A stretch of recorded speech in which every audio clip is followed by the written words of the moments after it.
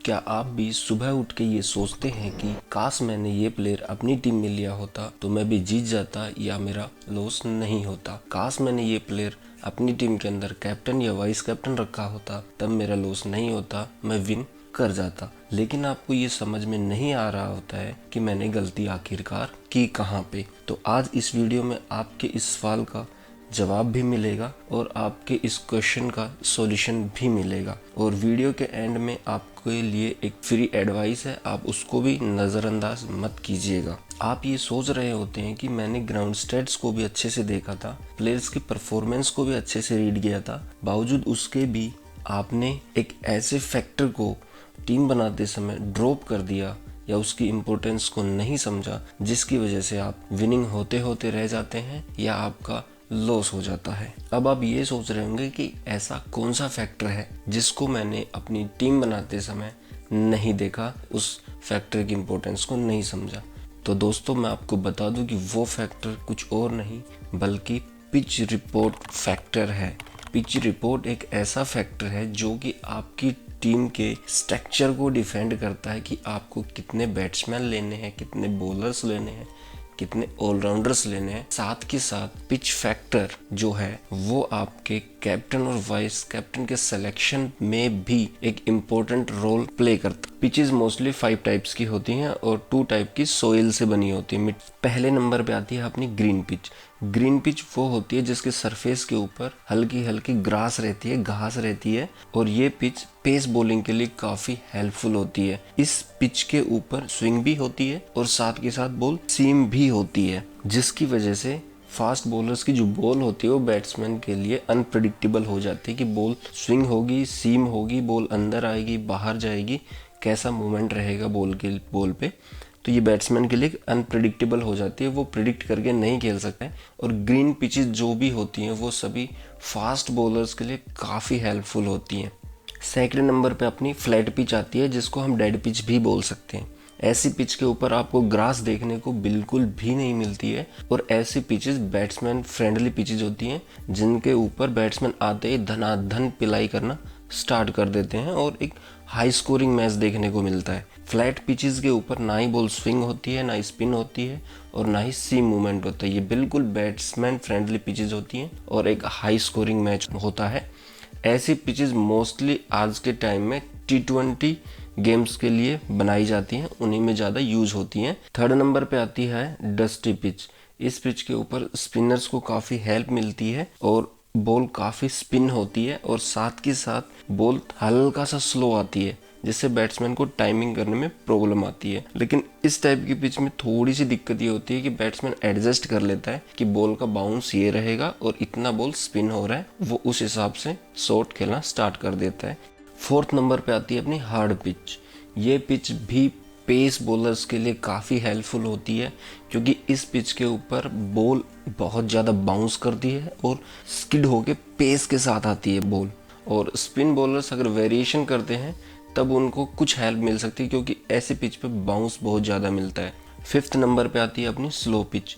ये pitch purely spins को help करती है, स्पिन बॉलिंग को हेल्प करती है। इस पिच के ऊपर बॉल स्पिन होता है अच्छा खासा, साथ के साथ इस पिच के ऊपर बॉल स्लो आता है और साथ के साथ बाउंस जो होता है बॉल का वो बहुत ही लो रहता है। और जैसे जैसे गेम प्रोग्रेस पे होता जाता है वैसे वैसे पिच और स्लो होती चली जाती है, ज़्यादा स्लो होती चली जाती है। ऐसी पिचेस मोस्टली आपको श्रीलंका में देखने को ज़्यादा मिलती हैं, जो कि स्पिन भी होती है, बॉल स्लो भी आता है और बाउंस भी बहुत कम रहता है ऐसी पिचेस के ऊपर। तो ऐसे में बैट्समैन के लिए खेलना बहुत मुश्किल होता है। लेकिन अब आपके माइंड में एक क्वेश्चन और आ रहा होगा कि जब ग्रीन पिच और हार्ड पिच दोनों ही पेस बॉलर को सपोर्ट करती हैं तब दोनों में क्या डिफरेंस है, और साथ के साथ डस्टी पिच और स्लो पिच जब स्पिन बॉलिंग को हेल्प करती हैं तो इनमें क्या डिफरेंस है। तो चलिए आपके इस क्वेश्चन को भी सॉल्व कर देते हैं। तो चलिए पहले बात करते हैं हम ग्रीन पिच और हार्ड पिच के बारे में। जैसे कि दोनों के नाम से ही थोड़ा सा आइडिया लग रहा होगा आपको कि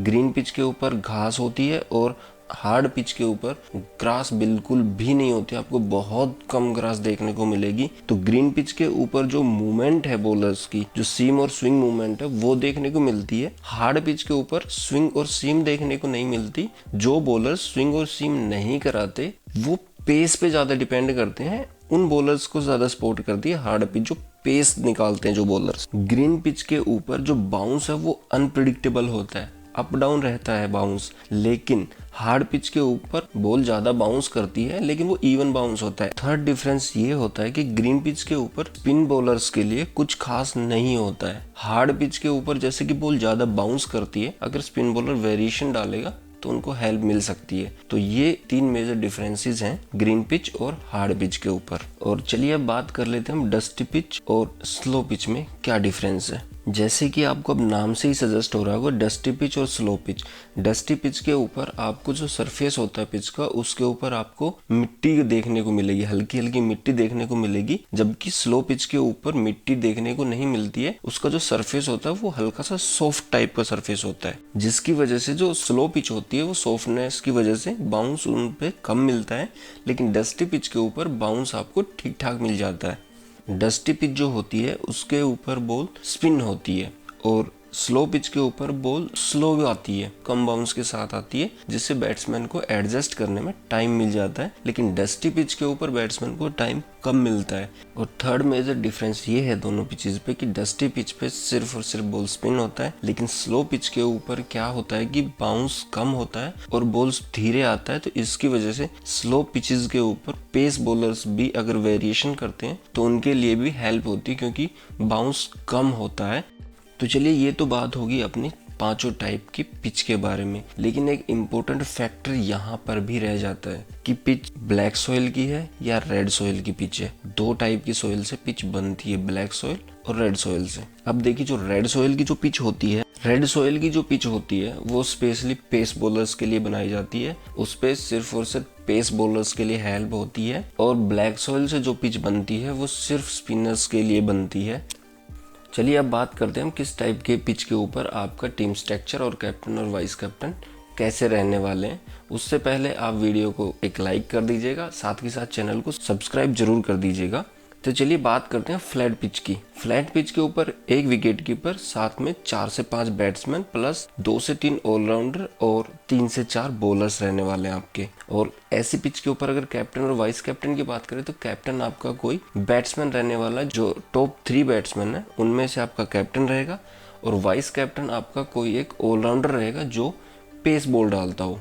इस चीज़ का ध्यान रखना आप। चलिए अब बात करते हैं हम ग्रास पिच पे, मतलब ग्रीन पिच और हार्ड पिच की। 1 विकेट कीपर रहेगा, 2 से 3 बैट्समैन, 2 से 3 ऑलराउंडर और 4 से 5 बॉलर्स रहने वाले हैं। इस टाइप की पिचेस के ऊपर कैप्टन और वाइस कैप्टन जो आपके रहेंगे, कैप्टन जो रहेगा वो एक पेस बॉलर रहेगा और वाइस कैप्टन जो रहेगा वो एक ऑलराउंडर रहेगा विद पेस बॉलिंग अटैक। और चलिए अब लास्ट में बात करते हैं हम स्लो पिचेस और डस्टी पिचेस के ऊपर क्या टीम स्ट्रक्चर रहेगा आपका। 1 विकेट कीपर, 3 से 4 बैट्समैन, 2 से 3 ऑलराउंडर और 4 से 5 बॉलर्स रहेंगे। ऑलराउंडर्स के अंदर आपको ध्यान दे रखना है इस चीज का कि आपको स्पिन ऑलराउंडर्स लेने हैं। और अब डस्टी पिच के ऊपर जो आपका कैप्टन रहेगा वो रहेगा कोई स्पिन बॉलर और वाइस कैप्टन रहेगा सेकंड इनिंग का कोई बैट्समैन, और जो आपका जो कैप्टन रहेगा जो स्पिन बॉलर वो फर्स्ट इनिंग से कोई रहेगा, first inning spin bowling attack से रहेगा। अब बात करते हैं हम स्लो पिच के ऊपर। स्लो पिच के ऊपर जो आपका कैप्टन रहेगा वो सेकंड इनिंग का कोई स्पिन बॉलर रहेगा, क्योंकि पिच क्या है धीरे धीरे स्लो होती चली जाती है और स्पिन बॉलर ज्यादा इफेक्टिव होते चले जाते हैं। और वाइस कैप्टन जो रहेगा वो आपका एक ऑलराउंडर रहेगा विद एक spin bowling attack. Spin bowlers allrounder डालने हैं आपको टीम के अंदर।